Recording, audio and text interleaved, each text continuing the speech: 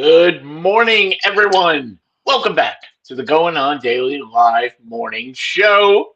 Happy It's Saturday, and that Saturday. means you get the dream team of hmm my friend Lena Williams and myself. Good morning, Lena. Good morning, Ira, and how are you today? A little hoarse, actually. So stop yelling. You got to stop all this yelling, man. Okay, we were just talking before the show, and last Yeah. night I attended a local wrestling show. Yep. Now, the good thing about a local indie wrestling show is it's a lot smaller. True. There's about 1,000 people there, and we decided it would be fun to get tickets right where the wrestlers come out.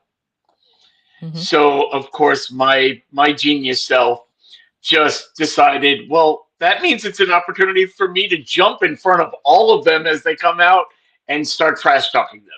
So I Yes. have half a voice this morning. Very nice. Trash talking. I mean, is that polite? I mean, listen. I'm just kidding. I'm kidding. I I understand. don't know. It seems very on brand for me, doesn't it? I mean, True, true. And I know, believe it or not, the most people don't know that I have not. I'm just never in wrestling, but I have a history of knowing a lot about it and being around it. oh, So I didn't get know it. that. I get it. Yeah, yeah, I get Yeah, it. I'm just hoping that you never actually nobody trash talks you while you're doing a DJ set. That would be No, but I that would be tell you, bad. I'm from Rhode Island, and they will trash talk you when you're not doing your set. So, Oh, um, really? yeah, DJs are very cutthroat and competitive and catty Oh, wow. sometimes. So, yeah, I think most of us women pretty much try to stay above it. But yeah, yet we Okay. all hang together and we all go to each other's gigs to support each other. It's so funny, but on the other hand, there's all the criticism that comes with it, and so it's very hmm confusing. But Always. it is what it Ron's is. telling me trash talking wrestlers may not be healthy. Right, Yeah, probably, but right. they know not to touch anybody because it's all in Oh, good fun. so they can't touch you. So that's why if Yeah, they could pretty touch you, you much. wouldn't do it. I see. And besides, the people who are over like 6'8", 6'9", yeah, I try to stay away from them. So we'll I be can okay. understand that. That would definitely I'd do that same thing if it were me. So I get it. I So a get it. few people, what Yes. happened? We Hold we on, we hold lost a on. little bit of Lena right there, You did. but Oh, there we go. while I she's don't know what fixing happened. that, let me tell you Yeah. about our. Can I tell you about our socials today? Hmm? Tell us. Tell If us all you about that. oh there whoop okay Yeah, while Lena fixes her screen. I Uh, know. I'm fixing if my you want to screen. watch us, no, there we go. If you want to watch us live, you can go to YouTube, Rumble, or Kick. Now, as it says on the screen, you go to at Rhode Island Broadcasting. If you want to go, there you are. Welcome back. Yeah, here See I your am. pretty face again. Yeah. From Twitch, you're at RI_broadcasting, just like it says on the screen. hmm And for X, or you still call it Twitter, I whatever know. you want, Yeah. at Broadcasting RI. Now, you can just take us with you and just do the audio and start cleaning the house and doing stuff. For that, you go to Spotify or Red hmm Circle or TuneIn or my favorite, iHeartRadio, and it's Right. at RI Broadcasting. We have social media as well. We're on TikTok, MeWe, Blue Sky, Parlor. We're even on LinkedIn. Believe it or not, we are on I know. LinkedIn, I know. and it's at RI Broadcasting. Uh, Facebook, you can go to Facebook, and that is our. Oh, I'm sorry, I missed one before. Twitter or X, it's at Broadcasting RI. There we go. hmm Facebook, this show, the Going On Daily Morning Show, has its own page, and as you can see, it's at Going On Daily Morning Show. Makes sense? Please So subscribe to our much. Patreon. Patreon is where you can buy the merch. You see our little logo there. You get it on a pen, on a mug, on a magnet. There you go. That's the way to support the show. And subscribe there, Patreon at RI Broadcasting. And if you want more information, and my favorite part, go to our website, RhodeIslandBroadcasting.net. Now, hmm not only will all this information be there, you can see all the shows on the Rhode Island Broadcasting Network, and there's going to be a poll. There's always an interesting poll up there. Hello, Ira and Black Screen. Yeah, that was a while ago, so that's weird. That's a kind of a, what do you There call we it? go. A delayed comment going on there. But yeah, That is a first, though. true. Check out all the shows. Go to RhodeIslandBroadcasting.net. And as I was saying, there's always a poll up there. Here we go. This week's poll, vote for the Hall of Fame. It's your favorite TV show of all time. You have Cheers, Happy Days, The Golden Girls, MASH, and Married with Children. I personally voted for The Golden Girls, and Ron told us earlier that is in the lead. Oh, see, is it because you voted? It could be all about you. I'm not the only one voting. I know. I know. You're not like that into you're not that much of a universe to yourself. I understand. Mm-mm. Yeah. No way. Well, yeah. Ron is continuing this week. We are the last ones to go. It is Cheese Week on the Going On Daily. This was so funny to me because, like, if you know my sense of humor, I really did not think this was a serious thing. I really thought it was a joke. So you thought he was being cheesy? Damn it, Ron! We really have to do this cheese thing. All right. I think all of us in the group chat were just like, "Is he serious? I don't understand." Wait, and then stories started rolling in every day. We're actually doing this. Okay, yes, this is happening. And I don't know. Okay. I don't know if you were like me. I was monitoring all the stuff to go, okay, what cheese is still available? I have to find out what's going on. So I didn't do that, but I did. I'm a weird research fanatic. So what I did was I went to the top of our group chat and I just typed in what I wanted to talk about to see if anybody else mentioned it. There you go. I still don't know if I'm stepping on toes here, but you know what? This is this particular type of cheese. If we do it twice, it's still good because it's the best. Okay, let's talk cheddar. Let's talk cheddar. So I'm gonna try to get this straight face because, like I said, this is still funny to me. I happen to be a crazy Cabot cheese fanatic.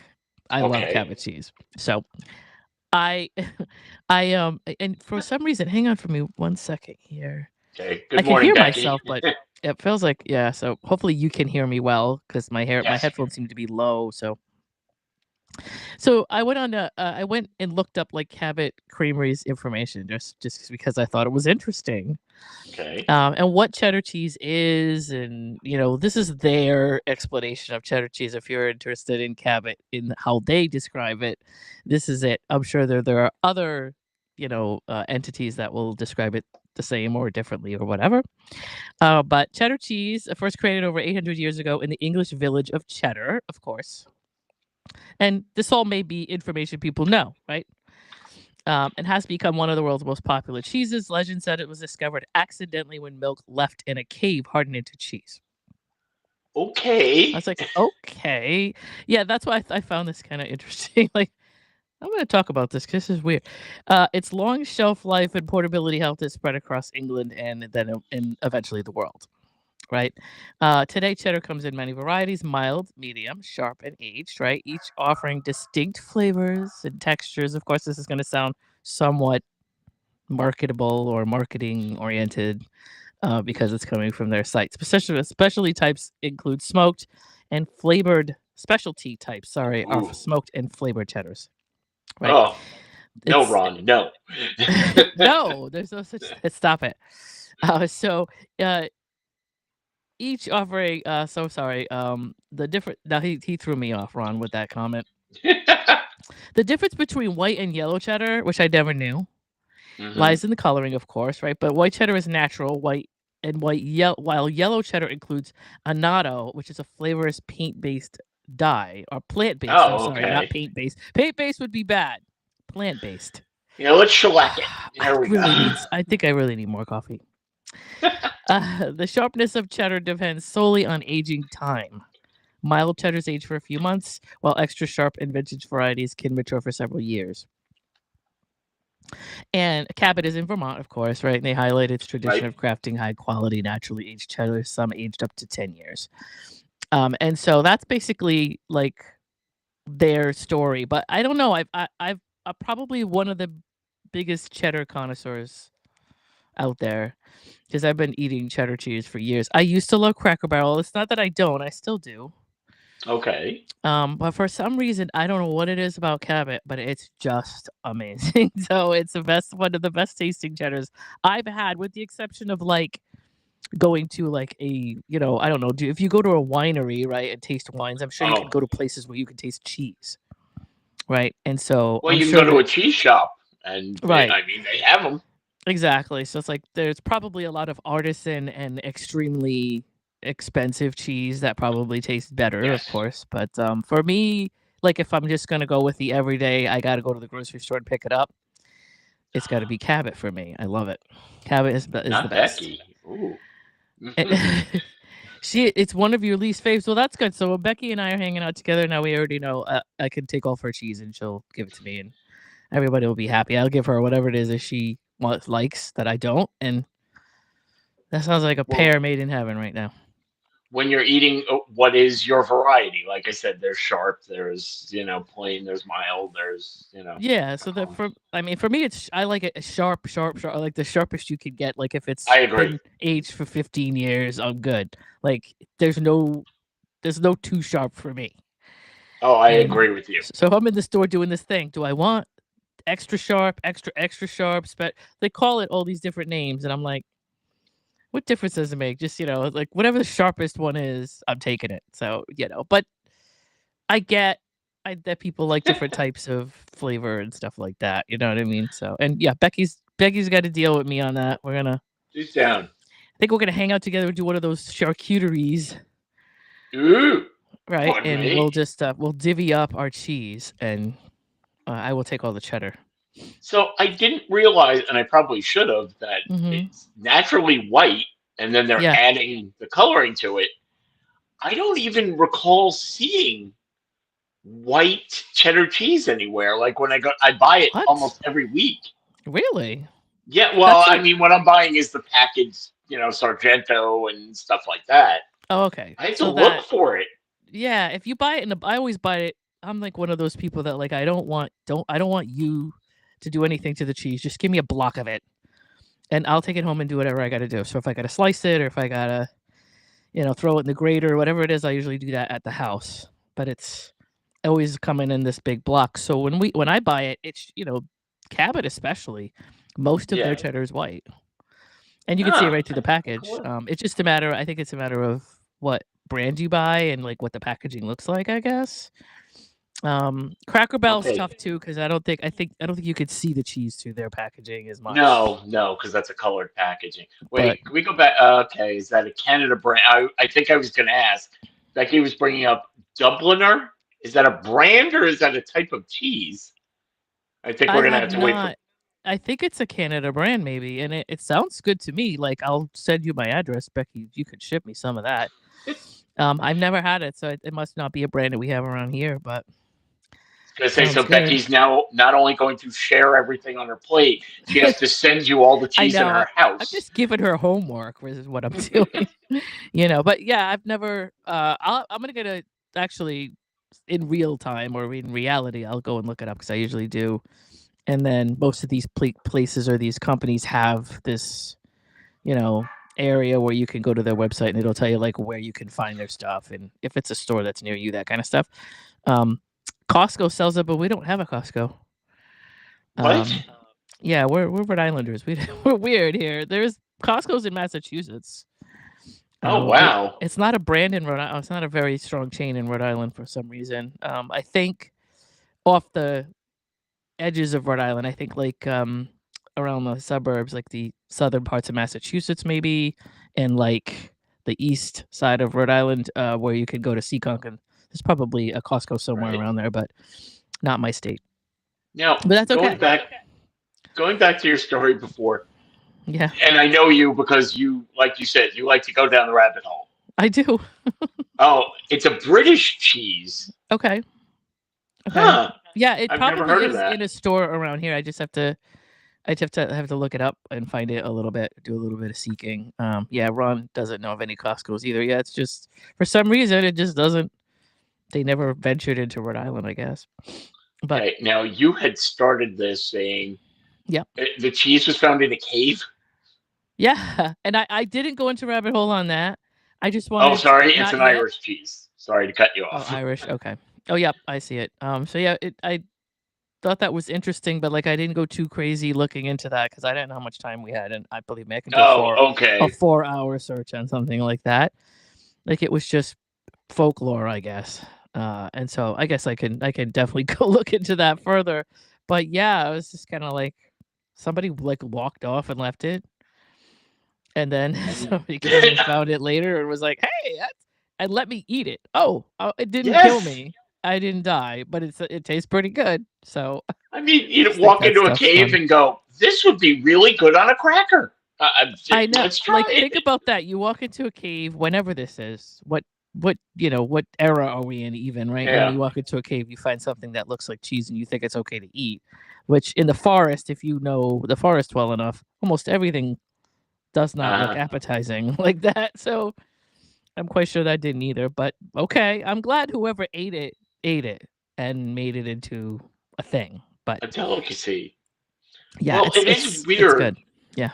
Think about history. Think about. I can understand. You're growing up. Go way, way, way back. You're hungry. There's an animal in front of you. I understand you kill the animal and you eat the animal. But who saw like an egg coming out of a chicken's butt and going, I know. let's see what that's in? I People know. do this. Two men walk into a. Okay, it's the beginning of a joke. Okay. Yes. I think what is that? One man walks out or something like that. I don't know. I Yeah, don't know I what the know rest of that that one. joke is. But yeah, it's a lot of things that we have like as appetizing foods now. Like at some point, somebody had to eat and like cross their fingers, and Yeah, or they had to even just have the idea that it was like it could be food in the first place. I don't know. And so yeah, it's just it's interesting, but it did Google happen. Kasu Marzu cheese. Oh my God, we're getting all Okay. kinds of cheese recommendations. This is Becky. I love it. She's just like giving me all this information. I love it. So I And get then we're stuff to going go back look and up forth later. with Ron and Becky on different topics. Ooh. Yeah. Okay. Yeah, so So, he's disgusted by your chicken and egg thing, I think. That's yeah, ew. maybe, but I mean, at some point, nobody knew things Yeah, growing from the ground. You didn't know what to eat and what not to eat. And, you know, I let's know. cross this with that. Like Ugh, how many human beings became like an experiment in the process of like what the stuff is that we eat today? Like how many people just, absolutely. oop, that guy died. Okay, guess that's not good. Let's change it over and give it to another guy. Oops, that guy didn't make it either. Okay. Let's just, Oh. you know what I mean?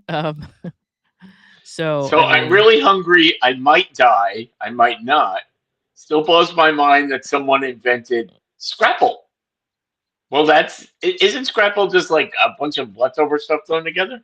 Or am I wrong? I'm not sure. To be honest with you, I can't come up with the reference right now of what that Well, is. Will let us know, and Yeah, we'll move well, on with that. I don't know what it says. Scapple. I'm not sure what that is. But Oh, I may have read it wrong. Okay. Will is British, so he's probably gonna have an explanation that I don't Oh, about what it good. is he's talking about. Yeah, I And maybe forget he when he knows the came. cheese that Yeah, Becky was referencing. right. Maybe. He probably does, but yeah. Okay, Anyway, if you don't mind, we're gonna move on okay, from cheese talk. sounds good to me. And we're going to talk about one of my favorite things, and I'm really curious to see if you are a fan of Rocky Horror. I'm not a crazy fan of it. It's okay. You know, Oh, it, okay. it Well, that's fine. became a dark what do you call it, uh whatever you want to call it, a cult classic It's kind a of thing. cult classic, Um exactly. I do know people that have gone to 150 shows somewhere where they go through the Okay, whole I'm not thing that. with it. No. That's but no, it's okay, but I think at the time that it came out, it was supposed to be like, I'm sure nobody expected it to do anything when it was made. No. These things are all like that, right? Oh, But basically, you find a cult classic that comes out of nowhere. right. So I think Let's see. that's how it Ooh. goes. Let's see. Rocky Horror now is celebrating its 50th anniversary. premiered on September 26th, 1975, and promptly flopped. It was terrible. Nobody went. Rose from the grave thanks to being re-released in theaters on April Fool's Day a year later, 1976. And now, 50 years later, it's celebrating its anniversary of all the late night screenings across the country. It is now the film's longest running theatrical release in film history. Isn't that crazy? Human beings are so weird. It Human went beings from are weird to this. They'll trend anything at some point. Well, not anything, but it's strange what becomes a cult classic. Right. People, as you know now, if you go, it's not just to watch the movie. It's performing, it's yelling at the screen, it's taking out props. Like I said, I have friends that love to do that. That whole whatever they do when they get there, that's part of the movie. And by the way, I recommend that you go, but I'm telling you now, if you go and you go, I'm going to watch the crazy people around me, I'm not going to participate, they're going to ask you, have you been here before? And you go, no. Yeah, they're going to put a V on you, a red V. Yeah. Why not? Because that's, you know me well enough to know that this is way too much audience participation and way too much people getting into my private space for me to enjoy. Oh, you know me, I'd be up there screaming and yelling. Yeah, that's not my thing. Like I'm a total lurker. If I can't lurk, like by choice, I don't want to be there, and I don't want anybody. Okay. Yeah, you can say it's not fun if you want. Oh my God, Becky found it disturbing. Well, it is disturbing. It is. It is, but I mean, it's disturbing in a funny kind of way, I guess. It is. Yeah. Oh, by the way, we have Scrapple is a toast. Yep. Okay. And he didn't. We'll have to look it up. Come on, you're giving us bits and pieces, well, but not the whole story. But that's okay. Cliffhangers. We can go down that rabbit hole later. Yes. Rocky Horror was deemed to be culturally, historically, and aesthetically significant by the Library of Congress, and it was added to the National Film Registry in 2005. So a gender-bending sci-fi horror comedy, just throw it all against the wall and see what happens. Right. And there we go. I think he was toasting Rocky Horror. If he was, hey, thank you. Rocky Horror Begin, if you know the character of Riff Raff, played by Richard O'Brien. He was an actor in London and just bored between his gigs. He had nothing to do. Okay. So he decided he loved science fiction, he loved horror movies, and he loved music. He actually wrote all this, gave it to a friend at the Royal Court Theatre, and they said, you know what? We can put this on stage. It had a very short run where, well, it wasn't successful either. Right, yeah. So think about, he wrote this as a play, and it flopped. He wrote this as a movie, and it flopped. And it is the longest running theatrical release in film history, which shows you we never know what's going to happen. So they actually convinced a studio to make this into a movie, and they liked it. But they said, we're going to give you a really nice sized budget, but we want you to cast rock stars. They wanted like Bowie. They wanted, people like that in this movie. And the director said, no, the people who were in this stage play, those are the ones I want in this movie. By the way, including himself, because he could have been replaced. True. The only people he replaced is he wanted Americans. So he got Barry Bostwick and Susan Sarandon. Other than that, he kept everybody else, and which meant he got the smaller budget. Now, how many people can actually sit there and go, yeah, my play flopped. I'm lucky enough to get this, but I'm telling you, I don't want the money. I'm going to do it my way. I don't know. Yeah, some people, I don't know. I'm just speechless when it comes to this movie on some of the history of it. Well, let's keep going. The modest budget led to a very quick shooting schedule, and he said because it was a modest budget, they had to do things for special effects, and that lends to why people love this. You know, it's like when you're Right. watching Star Trek and you go, "Oh, look, those are Christmas lights." You know, I guess I don't. Freddie could have played the I don't lead. really watch Ooh, Star Trek either, so that's a good question. Would you have enjoyed it if Freddie Mercury had played Dr. Frankenfurter? maybe. Like I said, I think I maybe seen this. I haven't seen this film enough to even remember most of it.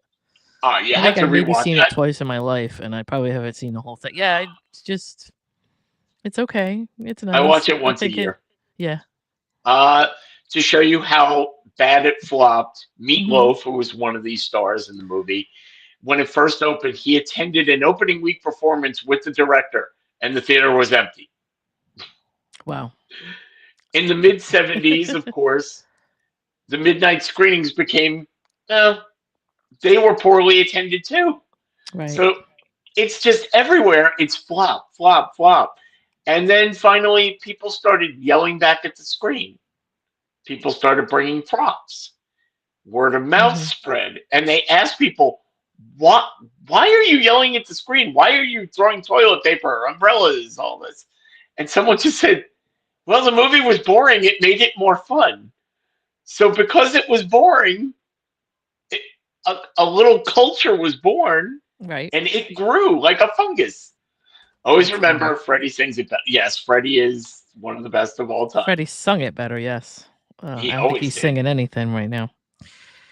But So yes. now a little background. Uh, Brad Majors, who was played by Barry Bostwick, there was this actor who auditioned for it. I don't know if you remember this guy. His name is Steve Martin. hmm He wanted to be the part, and they Yep. told him he wasn't right.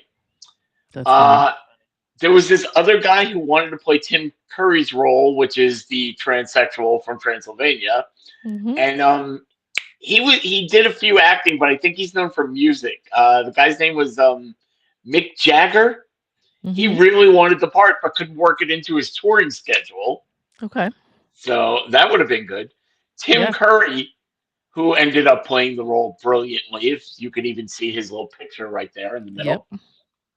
This was his first feature film, and to get into character, he would walk around London in full costume, fishnets, high heels, That's cool. take the bus. He said it would get him into character. hmm However, at one point, he decided, you know what? This is my movie. It's become a smash hit after, so many flops. I'm going hmm to go see it with my people in New York. He got kicked out because they didn't believe it was Tim Curry. That's So, happened a few times where the actor like goes and sits in our own movie and nobody believes it's them. That happens oh, sometimes. And I think Mick Jagger would have done a good job. Yep. I think Mick could have done it, but I love Tim Curry in this role. I would love to see Let's see. uh, uh I'll have to think about it. Who? David Johansen do it. That would have been cool. Oh, Yeah. I like him. Yeah, that would have worked. During the set, there was no heat, no bathrooms during the filming. Susan Sarandon had told people, how are we supposed to do this? And they branded her a diva. They said she was complaining too much. So That's later funny. on, no heat, Yeah. no bathrooms. She had to do a pool scene where she comes out of the pool. She Mhm. caught pneumonia. So the diva caught pneumonia and kept shooting. There are actual scenes in there where you could see her shaking, where Yep. she had like 102 fever, but she's a diva. I know, but that's how it was back then, you know? Yeah. Like If a woman you spoke really had up to tough it out, man, and they didn't want to hear about it. Yeah. and such a low budget, I wonder if they would have replaced her, just Maybe. who are you? Susan who? I've never I heard. know. Well, at that time, that really was true. She really kind of hadn't done much. Now the castle that they filmed in is hmm Oakley Court, and they've turned it into a hotel, so hmm you can actually stay now at the castle where this was filmed. Okay. And for those who really like it or don't like it, there's a sequel, sort of. I never knew Okay. this at all. I mean, either. Richard O'Brien, who wrote it, he hmm released in 1984 shock treatment. And in this movie is Brad and Janet. However, it's played by different actors. And you get to meet the people at the opening scene. You see Brad and Janet are at a wedding. So you meet the bride and the groom, and it's their characters. So it really has nothing to do with the transsexual from Transylvania anymore. Okay. But that's it. That must have done very poorly because like I've never heard anything. Never heard of it. Yeah, like I had no idea. So that flopped and did not get a cult following. Right. I mean, that's I don't know. I mean, but who knows? Well, I think it's been long enough now that I guess if that was going to turn into anything, it would already have. So. But yeah, there's some stuff that's gone on over the years that like we're supposed to be huge things and like nobody remembers anymore or nobody even heard about. Yeah. And so that's crazy. But yeah, I know, like I said, I'm not a big fan of it, but it doesn't mean I don't like it or it's a bad thing. It's just not my thing. But there's also But you know of it. Yeah. I mean, I don't know That's how you pretty can much not know the point. about it, right? I'm curious. Becky said she didn't like it, but do they have midnight screenings in Canada of? I don't know. I mean, I can't see why at some point, at least seasonally or something, that they don't do it. I'm sure they must do it somewhere. Well, I'm sure they do it in England. I mean, that's where it was originated from. Right. And that's where it goes. Oh, that's what I was looking for.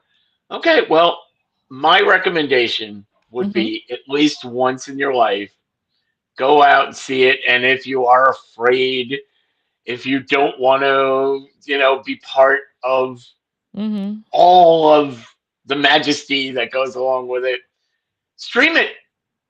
It's not like you can't do that. I don't mind watching it like sitting in my house. That's fine. The whole thing about going and sitting with other people and watching it is that's not something that would like excite me and make me leave my house. Yeah. I like to go to theaters where there's no people in them. So that definitely got the wrong chick on that one.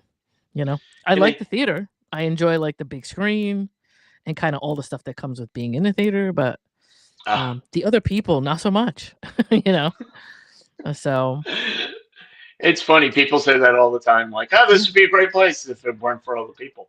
I know. So, and that's me, but that's okay. Some people really go looking for crowds of people. I mean, otherwise we wouldn't have the events that we have. Oh, absolutely. Those things actually bring people out, and that's also cool for those people. So, but sort of going with that, I've tried to go to a lot of cultural events so I can say, oh, I tried it once. But you're right. Yeah. I've been to Times Square for New Year's Eve, and it's too many people. I've been to the tree lighting. I could tell I never wanted to do that. I think I will tell you. Yeah. It's nice for 5 minutes. It is. I mean, camaraderie and everybody's happy and. Yeah, but it's like I think I would only do it if and I think you have to book like something like 5 years in advance. I got a hotel room at that point, you can do that. And then I could get on the balcony, and that would be cool because I could like retreat at any time and I wouldn't be down in it. I just can't be down in it. These festivals and stuff like, the Woodstock Festival and the. Oh, you wouldn't like that? No. I mean, all that iconic music. Yeah, but I would like to see it, but I don't want to be in that crowd of people. Like I would have to be somewhere once removed from the crowd to enjoy it. I do that. You never know. Obviously, you can see how wrong it goes. I will tell you. Yeah, go ahead. No, that was all I was just going to say. But that's also an old thing from the 70s or the 60s. Actually, I would have been good at his first release. That's true. Lana. I would have just probably been in there like, oh, this is great. I'll come back tomorrow night. At some point, people will come in and I'd be like, oh, well, they ruined that for me. Like that was fun for a while, and the whole thing's ruined. Yeah, for me anyway. But like I said, I know that the world is full of extroverts, and I appreciate that. I think there's way more introverts than extroverts, but introverts don't make noise, and they're not out running around. So and they don't do surveys. So who knows how many people lurk? People ruin everything. People do ruin everything. I mean, no, you need a certain amount of people. Come on. Sure, but just like over there. Over there. Just over there. Like, I will give you that and tell you an example. Like I said, I like to do things. I worked for AP, Associated Press, a while ago, and they are in Rockefeller Center. So mhm, my wife and I, my wife at the time, we got invited to their party for the tree lighting. So mhm, the Christmas tree lighting in Rockefeller Center is a big deal. yeah, But we were up in the offices, which you could see all the people and you could see the tree, but mhm. we were removed from it and we were warm and toasty and had food and we're like 10 people and you Is know that better? Like the skybox it deal is was. better. I mean, that's why people pay so much money for those things. Is Damn, like I you're want to, right. Okay, yeah. fine. But that's like I said. Some people really like to be down in the trenches, and I don't knock that. There are people who everybody, the world. What do they say? It takes all kinds for the world to go around. Exactly. It'd be So that's boring fine. if we were all introverts, then no one would ever go to anything. But that would also be fine because none of them would care. Do you know what I'm saying? It's all about your motivation. And introverts aren't antisocial; they just get a lot Right. more energy from downtime and not interacting as much. And so it's not, it's not like we don't like people. We do like our own people. We have people that we prefer, and those people we like sort of extroverty around those people. It's just general public. I wonder how the world would change if Hmm. everyone were like that because you wouldn't go to like a sporting event. You wouldn't go to like, the movies and Right. would that lower prices for everything because now you can't get people in the building. I think it's, and I'm trying to remember because, of course, I'm still waking up. If it's, By the way, did we go off track really quick? yeah, we did. We did. Never mind. We'll talk about that another time. But yeah, the world would not be different for anybody if they were okay with it. It would just be more comfortable for everybody in that sense.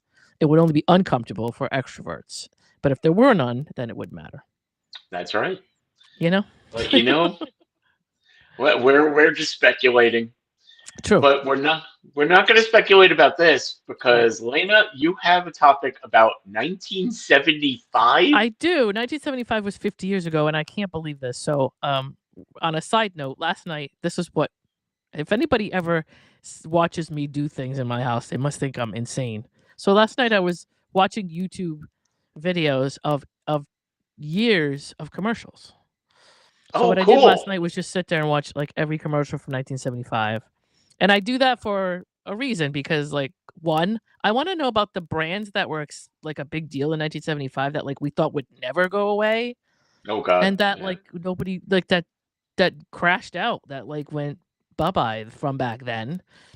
And so I also like to watch because I like to see these little teeny um actor roles that people are in that nobody remembers them being in. Hmm. These big actors now that like everybody remembers and they were trying to break in, to the scene. And at that time they would do all these little commercials. So back then in 1972 or 1975 or 1980, there were actors that are in commercials that they were trying to get a big break at that time, and Right. so you see some cameos that are kind of funny, right? Years later, because we didn't know who those people were. Of course. But anyway, watch some stuff from 1975, and I'm like, you know what? Like, what else was going on in 1975? They also show you, I think, there's video stuff. YouTube will start giving you all these suggestions, which is really bad for me Hmm. because I can lose 5 hours with that. Right down the rabbit hole. Yep. And what they did was they showed you like a Sears in 1975 and a Christmas season, and somebody walking around the camera. I'm so glad there were people. I think they probably were thought of as crazy back then. But I'm glad that there were people walking around with video cameras just videoing what was happening, And the right? size of those video cameras back in 1975 were Oh, like they had to be shoulder. crazy. But, or like there's a guy that did like man on the street interviews at Wall Street, things like that, like back in the 70s Oh, that you I love talking to that. people and just getting like a general consensus of like what kind of society we had back then and what people thought of things that we're living with now that like we're supposed to be on the cusp of whatever. So anyway, Hmm. I was like, well, you know what? It would be cool to go back 50 years and see like what was supposed to be a big deal, what was supposed to be the newest technology or what we were living with that, went bye-bye. That never worked for us. Right. One of the things, of course, in that list that you've already covered would be, Rocky Horror Picture Show, so we don't have to do that. Sorry. And you and I have covered Jaws a million times. Yes. But that started the summer blockbuster that became something that happened every year and that they started to shoot for at some point. Yes. But at that point, it was just sort of an accident. Film and TV, there were all kinds of stuff like Saturday Night Live started then. 50 Like, years. and when That's you think right. about Saturday Night Live now, like there are some really cool people that came out of SNL. And we're now starting to understand what kind of craziness Lorne Michaels put people through back then. But also, would the show be what it was if he wasn't such a slave driver, if he wasn't so crazy? Well, would it be in I don't know how many seasons it is now? Is it every single year? So they had 50 seasons? This is 51 right now. Right. But to me, the first anything is the best, right? So the first season to me of SNL is the best season ever because they had no blueprint and they didn't have any, and it was just the 70s, so everybody was just blitzed, Yeah. and they couldn't get through scenes because it was so funny to them to like get through stuff. That I love that first cast, even of the first couple years. To me, those were the best. That was the best cast, right? Did you see the movie Saturday Night? I did. I absolutely love stuff like that. Yeah, I saw that one, and there was something. I'm looking for an audiobook for the what's it called? There is a Saturday Night Live book like that somebody wrote about, and I can't even remember there's who wrote plenty. it. Yeah. But there's a recent one that I want to try to find an audiobook. And the other thing that I've been watching like crazy is the Carol Burnett show. I just love the Carol Burnett show, and I'm like, you know what? I can get on Peacock the entire. Yeah. Like, however many seasons. I'm gonna watch it from like the beginning because that first couple seasons, again, she had no idea if anybody was gonna like it. Was it gonna get picked up? I noticed that every single person she talked to or she brought on the show, she got an autograph from, and I thought this is cool because back then she probably didn't. She was almost not. She wasn't a star back then. She was working with some amazing people, and she was not sure whether she was just gonna. So she was like, "Hey, I'm meeting this person. I'm meeting Cher. I'm meeting whoever," and she would get them to sign a book, which I didn't. I never knew she did that because I was young when she started. Either. So anyway, that's TV. Also, Good Morning America started in 1975, just in case you wanted to know. Really? Yep. That was the first year they did that, right? So technology and innovations is really kind of why I started this, because I saw a guy standing in a Sears or whatever it was in a mall showing the Atari. I didn't even know what it was called, but it was like here's two computers. Probably. It wasn't, but it was more like it was trying to market the fact that you could get two computers to talk through a phone line. Oh, the modem. And so there was a whole display. Yep, it might have been I forget the brand modem it was maybe, but it had two computers set up, and they were Atari computers. And there was like a little midsection where there was a little equipment, and you literally it was a display that you talked to one computer from the other one in the store. And I think, I don't forget what it was, how much money it was. It was like $1,800 or something for the whole setup or whatever. And it's kind of like, everybody was probably like, oh, this is crazy.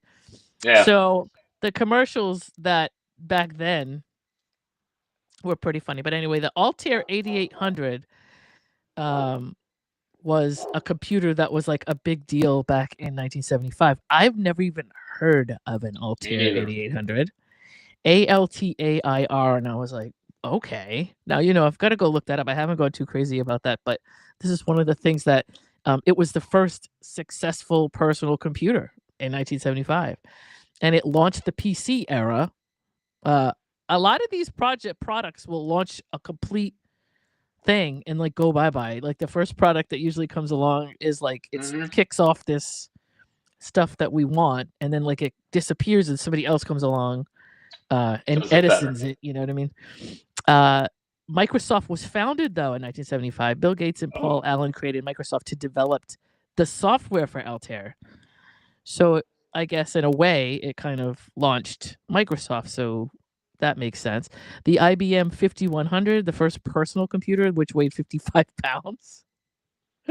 And think about, but if you know 1975, I forget how old you were back then, but you can understand, like, as crazy as that sounds, that was like the most compact thing we had ever seen at that time. Of course. 55 pounds, that's all. Like, it's not a complete room with mainframe in it. That's amazing. Exactly. So We were it's like used to NASA footage where they're like, oh, it's a computer is a room, you know? Yes, it was a room back then with, like, the punch cards and all Yep. this other stuff. So, and you had to keep it at a certain temperature. It was crazy.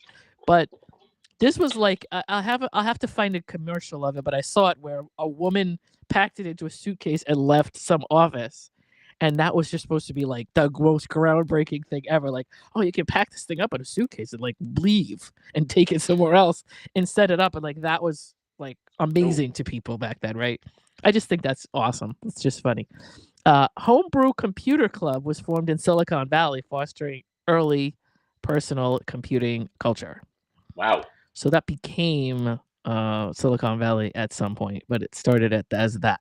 First text adventure game. Colossal Cave Adventure by Will Crowther was the first text adventure game. Oh. Now, I'm not sure. I didn't get too crazy. Like I said, I could have looked all of the stuff up and still been doing it, right? What a text adventure game is, I'm not quite sure what they mean by that. Does that mean you're going through, like, it's a book where you're reading paragraphs of like what your adventure is? I'm thinking that's what that means. Kind of like in the movie Big, where they give you a caption. Yes. And they tell you, what do you want to do? And you have right. to go, I kill the ogre, you know? Yeah, or what. Oh. We're having a glitch right now. Do you see me now? I can see you. Yeah, there you go. Okay, there I am. My internet, I don't know. This time of day. Other notable, I'm sorry, digital camera invented by Kodak Steve Sasson. 0.01 megapixel prototype saved images to a cassette. Now think about, I mean, at that time though, that was like, what? That is, so I'll get one immediately. Push through can top. The push through can top from the top that was at the top of the soda cans. Oh God, yeah. That actually was invented in 1975. Really? It's called the Stay Tab, invented by Daniel F. Kudzik for beverage cans. Okay. And catalytic converters were introduced widely in cars to cut emissions and phase out leaded gasoline in 1975. So I thought that was interesting. Yeah, we're supposed to be off gas now, and that didn't happen. I know. But I'm glad the emissions are down or whatever. True. But then the reason I said earlier people will kind of trend and follow anything is coming up next. Okay. Rose with Gloria Gaynor, the Bee Gees, Van McCoy's The Hustle, disco was big, and it began in 75. And I because I'm a DJ, I read on all kinds of like music culture and stuff like that. And disco really started kind of in the underground, sort of in the early to mid 70s, like in New York, and like these little back clubs. Alley places at 3 or 4 in the morning, and it was mostly a gay culture. Yeah. And it was a place where, gays could go dance, drink, and have fun and like sort of like just enjoy being who they were. And that music that came from those gatherings like became disco at some point. It just goes to show you that, like, I think everything that starts somewhere underground becomes commercialized at some point eventually. Oh yeah. And so when you see, Copacabana. I mean, Copacabana was, I think, like, that was kind of, oh God, when was Copacabana out? In 76? Her name was Luna. She was a showgirl. And that was like, there was a point in time where, the Odyssey happened and the New Yorker article happened, and then RSO, Stigwood got a hold of, Travolta, and they did the whole thing with Saturday Night Fever, where it became commercialized like in the late 70s, right? And that's, that's kind of at that point where the commercialization came in until Steve Dahl lost his mind in the 80s and did that whole thing in Chicago. But punk was also something that was underground and emerged at that time. I love the Hustle. Hustle's in Canada. Yeah. Hey, the Hustle was everywhere at one point. Emerging with the Ramones and the Sex Pistols, that was kind of when punk sort of became big, right? And mostly came out of England, I believe. Yes. And then kind of drifted into the CBGB scene and all that. And then singer-songwriters became popular at that time. So Bob Dylan, Joni Mitchell, probably I don't know, I guess like James Taylor and those kind of guys, Cat Stevens and all that sort of became a bigger thing in 75. So that's cool, right? Fashion, Still women around. embraced pantsuits, tailored blazers, Halston, Yves Saint Laurent. That was what started happening in fashion. Polyester was popular for its easy care. And it's funny because everybody makes fun of polyester, but like at one point we just became obsessed with it, and we Of started to course. make everything out of it because of the fact that we didn't have to, dry clean it and iron it and all that kind of stuff. And Engelbert Humperdinck was big at that time, yes. Punk fashion became a thing. Safety pins and ripped clothes and things like that, and that came back about 3 times since then, I think. And that's what launched Hot Topic. Yeah. Prairie dresses became really trendy at that time, which is funny, but they call it the boho look, which is, what is it, bohemian, like couture, whatever, that kind of stuff. Yeah. The Sony Betamax. Oh God. Was around in 75. That was the first home video cassette recorder, and it allowed TV recording. And again, those things were giant. Yeah, and when you think about it, the Beta was like a smaller version of the VCR. Mm-hmm. I've always been fascinated by the Beta being a smaller cassette because it was supposed to be the smaller cassette, but it was a bigger machine. Right, and so it's kind of like, oh, we made the machine smaller when we made the tape bigger, and I guess we were okay with that. But VCR tapes really took off, and Beta kind of went by the wayside for a while, or never. It never came back. No. And so that's kind of funny. And then the Ford F-150 debuted in 75. Oh, wow. Became an American staple truck, which it still is today. Yep. 50 years later, that's crazy. And I saw this commercial last night, and I laughed. Some of these commercials, my brain knows all of the words. Of course. And so it just makes me laugh. Like she's the Charlie perfume commercial. And they call it Charlie. And one of the ones that I knew off the top of my head was the Kool-Aid Man. And the Kool-Aid Man commercial I saw it last night. And I'm like, oh my God, I remember this. Everything word for word for word. And here comes the Kool-Aid Man through the fence. And I laughed. But that was the first commercial of the Kool-Aid Man was in 75. Oh, wow. And another thing that was crazy, and I still I've talked about it a million times, and I still don't get it, but people will follow anything, was the pet rock. That was the weirdest trend. And that dude made a lot of money on that product. He did. And it went out, it came around, people were crazy about it, and it went away just as quick. Yeah. And never came back. And it's just like weird like that, how everybody just, so that's the thing. People really. Did you have a pet rock? I did. So did I. I did. And I actually made, when I was little, I used to make little crafts and stuff. And I think that at that time I might have been 7 years old. So I think I made one too. Like we were in school, and I think that was like one of our projects, is just to make a rock, paint it and make it into something and take care of it. So also, not only did I have a pet rock, which was, what did they even put, like, he even packaged those things in like little boxes that had holes and hay in them and everything. Yes. Absolutely. I had one of those, but then also I made some kind of pet rock. I forget what kind of animal I made out of it, but I put a little pipe cleaner tail on it and all that kind of stuff. Well, Ron did too. So yeah, so it's just funny. And then all of a sudden, it was just a rock. Are you serious, Becky? Tell me that never happened in Canada, or you might have been too young for that. But if you get a chance to look it up, oh wow, yeah, it became the top novelty toy in 1975. Like, this was the thing that parents were trying to get for Christmas, and they were killing each other over it. Yep. And how can you imagine that would be a thing? Other than like the rock being like smooth and not, I mean, it really was no different than going out in your garden and getting one. Yes. But people had to have one. They wanted to buy it, and they were trying to kill each other to get their kid one for Christmas in 1975. That was the biggest thing. You had to have a pet rock and a mood ring. Mood rings. That was another thing. It's so crazy. So it's like I just remember a couple of those things back then, and it only just tells me like how the American public will just go berserk over the weirdest stuff. But anyway, yeah, go look it up, Becky. You would buy it. You wouldn't get it from outside. This guy, Nope. it was like he was selling you an animal. And the Yeah. packaging, like it was like one of those. It reminded me of a Happy Meal box almost because it had a handle on it. Lips on it. Yeah.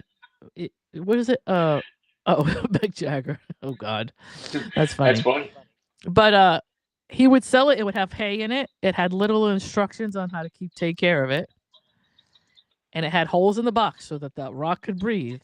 The whole thing was like you were getting a hamster or something, but it would just be a rock, and the world went ape over this. And it's just the weirdest thing to me. It's like one of those strange trends that like I just still to this day. It's like the Beanie Baby thing got like that at some point. That's what I was just thinking. Yeah, and a couple of other things where it's just like, but this wasn't like, oh, you would think he would have went from there to like, oh, let's make different types of pet rocks. He didn't do that. It was just the same old thing. That's and right. Everybody had to have it one year, and then next year it was like, okay, we're done with this, and it was something else. Yeah, it's definitely a social commentary on capitalism. But yeah, Becky, if you get a chance to look it up, just like who the guy is, how he came up with it, how he packaged it, and like how bananas this country went over this. And then I don't know if it was outside the U.S. at all. Like I don't know if it was different in other countries where they just were like, look at these idiots buying rocks. I don't really know. But then, and by the way, Ron, if you are going to sell them, please put the Going On Daily logo on them on the back. You can get your very own Going On Daily pet rock right on Patreon. And Ron is going to make them today. So now you're in trouble. Now, Ron, you got to do it. Operators are standing by now. Yes, they are. So anyway, some of the stuff from 1975 is interesting. There were some brands that I remember, like I did see an Evel Knievel toy. Oh, wow. Where the motorcycle. Yeah, remember how they used to wind him up, let him go? Yep. And they had, when I was a kid, it looked different to me, but now it looks cheesy where they had him on the bike in different ways. They had him on there backwards, and they had him on there upside down, standing on his head, and all this other stuff. And then Ron had one, of course. They had all of these action figures. Some of them were from Kenner, and I remember Kenner being a product now, but I forgot all about it. Yeah. Ideal was another one, and I think Ideal did a lot of like women's dolls and stuff like Cher, or they did Skipper. They did those kind of things. There was a doll brand called Dusty, and she used to play tennis, like like that kind of thing. And I think Mattel is probably the only one that's still doing stuff, but at that time, that's really what I like to watch. Like, I'm trying to think of some of the brands, but like, you're like, wow, most of these commercials are for stuff that is no longer on sale. They're gone. Like, a lot of this stuff is so. Not just a rock. Right. But I mean, the fact that Beanie Babies, what they did from there is they took the Beanie Baby and they they made all different types, and then they made like this limited edition, created this loss prevention thing where people were worried about not having. But yeah, I think it was like anything else like back then, but Beanie Babies was more like the 90s, I think, But anyway, it was pretty cool to look back at 75 and say, wow, I was 7 years old. Some of those commercials come back, and what was the Great American Shoe Store? Kinney. There were a ton of Kinney commercials. Oh, sure. There were a couple of cars that were in commercials that like I've never even heard of. That just like the brand of car, like whether it was Chevrolet or whatever. Huh? Oh God, yes. Just like weird brand names for Chevrolet cars or Ford cars or whatever that like just must have not gone well, and never. Like I've never heard of them as like being. There's probably some in history, but well, I remember the Yugo, but that was in the 80s, I think. Yeah, this was like it wasn't a Chevy Corsair, but it was like it's something that began with a C, and it was not a brand I had ever heard of. Oh, Yeah, the Pacer, the Pacer and the Rabbit, Rabbit, those are stuff those are the ones we know about. But there were some Gremlin. brand Yeah. names that you were not that you didn't like. They just were never I'd never heard of. And so, like, look back at the Chevy cars back in 1972, 3, 4, 5, whatever. Yeah. And yeah, there's like a Chevy. They had the Chevelle. Nope, the Chevelle we've heard of. This was like a Okay. core. I can't remember. I'll send it to Oh you. God. Yeah, You just it wasn't a car that ever really went anywhere. It had to not be popular because it was a brand I had never heard of. It you was a just brought luxury back car. you just brought back a memory of my first car, and your first car is usually what you can afford. I Right. had a 1977 Chevrolet Vega. Okay, so Vega's not bad. Vega's sort of you've heard of that, but It still was ugly as it's sin. obscure. But yeah, this was like hold on. No, I'm gonna The do this. Caprice? Nope, the Caprice was something we've heard of. This was like uh Chevrolet cars in 1970. Yeah, I'm looking at a list now. Here's one I've never heard of, but it's not the Townsman. Yep, that's not one of them, but that's definitely there was a Monza. Even Monzas we've heard of. Monza, yep. The Uh, Kingswood. what cars did they make? Here you go. Biscayne. I see the Nobody's heard of that. Biscayne. Oh, they what had the was Blazer this? back then. Oh man, Monte Carlo, El Monte Camino. I did Carlo. see a commercial for the first El Camino, and I thought that was great. Oh God.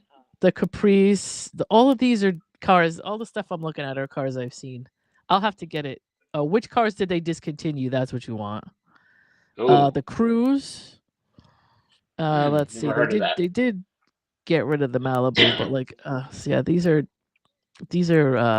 still newer. The Sonic, the Spark. Wait, what's the Yeoman?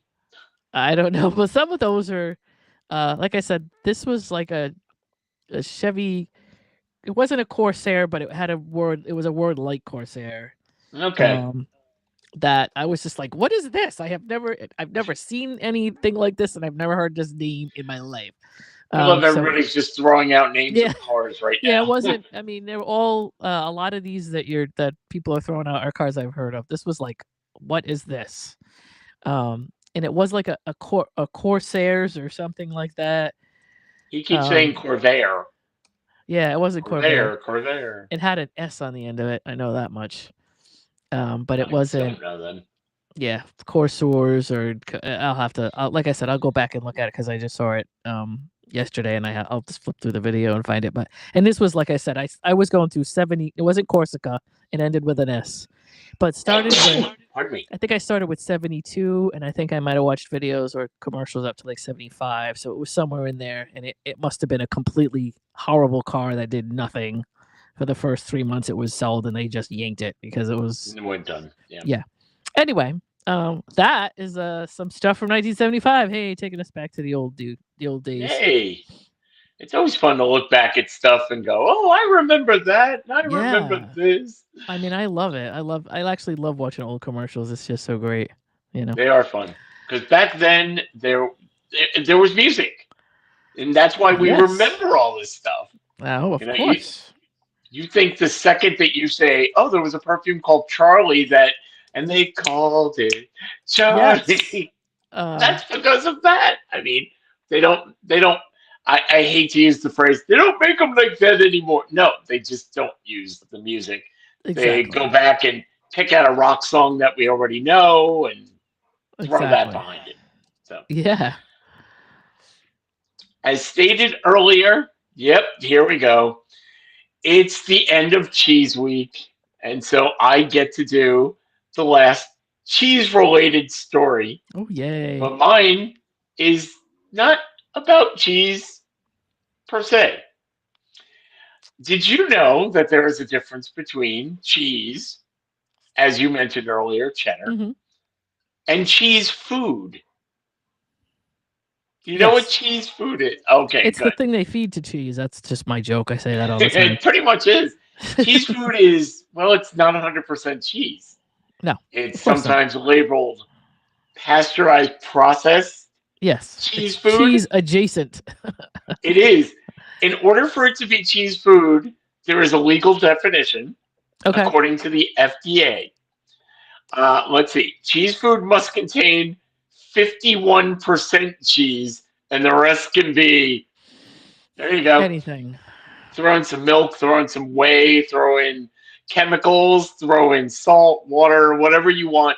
51% cheese, and that's why do they make it? You're wondering, okay, so we have this stuff, Yeah. and they throw in colors and preservatives and all this stuff. Why do they Okay. do it? Because it melts better. That's why. Nice. Because Okay. when you get a cheeseburger, it's usually American cheese. And American cheese, my friends, is not Cheese food. real cheese. I You always get couldn't a make cheddar. that I in a always cave. ask for cheddar on my cheeseburgers. I always do. There Yeah. you go. I like pepper jack myself, but Yep. so That's they good too. make this. It has a low melting point, so it's better on burgers. It's better on mac and cheese. Anything where you want to get that whoa, I'm disappearing. I'm melting. Look, I'm cheese food. There we go. Yep. I'm melted. uh, Funny. it has a uniform taste and texture, and of course, here's why they do it. It extends the shelf life because when you're putting in, oh, it's 50% cheese and a bunch of preservatives, it's going to Ugh. last forever. And that means a lower cost. Yep. So that's why you do And that. And yeah. now you're going, well, why would I eat that? I don't eat that. Do Why you? would you? Let's find out. Okay. Do you ever have a Kraft Singles or a Velveeta slice? No. That's Thank 'cause God I don't that's either. why Or that is. Borden? That's what that is. It's plastic. Yep. It doesn't even say that it's 100% cheese. It Right. will say cheese product, cheese Yep. food. You brought up Velveeta before? Yeah. Velveeta, they have it in blocks. Kraft Old English, you get that in a jar where you can take that out. That's not cheese either. People Nope. are going, oh, it's just melted cheese. No. It isn't. No, I know. If you do spreads or dips, my favorite, of course, being Cheese Whiz.